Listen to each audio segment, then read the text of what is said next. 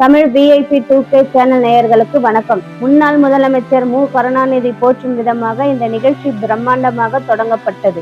தமிழ் சினிமாவின் வளர்ச்சியில் மிக பெரும் பங்களிப்பு போற்றும் விதமாக கலைஞர் 100 கலை விழா நடத்த முடிவு செய்யப்பட்டது. இதற்கான ஒப்புதலும் பெறப்பட்டது. முதலில் சென்னையில் சேப்பாக்கத்தில் உள்ள மைதானத்தில் கடந்த டிசம்பர் 24ஆம் தேதி பிரம்மாண்டமாக நிகழ்ச்சி நடைபெறும் என அறிவிக்கப்பட்டது. ஆனால் இயற்கை சீற்றம் காரணமாக விழா நடத்த முடியாமல் போனது. இதனைத் தொடர்ந்து கலைஞர் 100 விழா ஜனவரி 6ஆம் தேதி நடைபெறும் என தெரிவிக்கப்பட்டது. மறுபக்க நிகழ்ச்சி அழைப்பிதழ் கொடுக்கப்படும் பணி தீவிரமாக நடைபெற்றது. தென்னிந்திய நடிகர் சங்கம் சார்பாக முக்கிய நடிகர்களுக்கு அழைப்பிதழ் நேரில் கொடுக்கப்பட்டது. ரஜினி, கமல், சூர்யா, வடிவேல், பார்த்திபன், கன்னட நடிகர் சிவராஜ்குமார், முன்னணி நடிகர்களுக்கு அழைப்பிதழ் கொடுக்கப்பட்டது. விழாவிற்கு அனைவரும் வருகை தந்தனர். கலைஞர் 100 விழாவிற்கு. ஆனால் சொன்னது போல் விழா சிறப்பாக நடக்காமல் போனது. இதுவே திமுகவிற்கு ஒரு பெரிய அடி. 50,000 நாற்காலிகள் போடப்பட்டது. நிகழ்ச்சியில் கலந்து கொண்டது என்னவோ 1000 பேர் தான். இந்த நிகழ்ச்சி சிறப்பாக நடக்காததற்கு காரணம் மிக்ஸாம் புயலில் வெள்ளத்தில் பாதிக்கப்பட்ட பொதுமக்களுக்கு அடிப்படை உதவிகள் செய்ய தவறியதால் திமுகவிற்கு பலத்த அடி.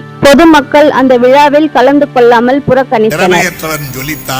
இப்படி எண்ணிக்கொள், ஒரு திறமையற்றவருக்கு பேரும் புகழ் வரும்போது அதை பத்தி நீ வருத்தப்படாம இப்படி எண்ணிக்கொள். எப்படியா? அடிக்கிற காற்றில் பறவையும் பறக்கும், பேப்பரும் பறக்கும். காற்று நின்றால்தான் தெரியும் பறவை எது, பேப்பர் எது என்று.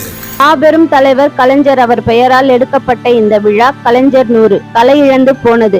சூப்பர் ஸ்டார் ரஜினிகாந்த் ஒரு விழாவிற்கு வருகை தருகிறார் என்றால் அலை போல் இருக்கும். ஆனால் முதல் முறையாக அவர் மேடையில் பேசும் பொழுது பின்வரிசையில் அவ்வளவு நாற்காலிகள் காலியாக இருந்தது. இதனால் ஸ்டாலின் ஐயாவிற்கு வருத்தம். இந்த நிகழ்ச்சி நினைத்தது போல் நடக்கவில்லை என்று. ஒன்று புரிகிறது, மக்கள் திமுகவை புறக்கணித்து விட்டார்கள். நிகழ்ச்சியில் பேசிவிட்டு ஸ்டாலின் ஐயா அவர்கள் கிளம்பிய நிலையில் ரஜினி, கமல் ஒரு நபராக கிளம்பத் தொடங்கினர்.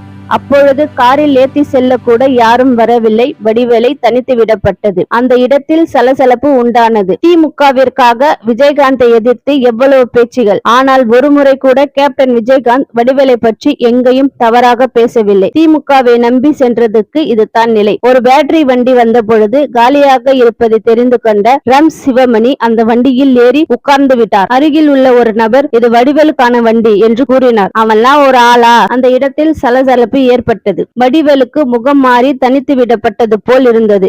வடிவேலுக்கு அவமானமானது. இது தேவைத்தான் வடிவேலுக்கு. கேப்டன் ரசிகர்கள் எல்லாம் இவன் இதுக்கு மேலும் அசிங்கப்படுவான், நன்றி கெட்டவன் வடிவேலை பற்றி என்று வலைத்தளங்களில் பேசும் பொருளானது.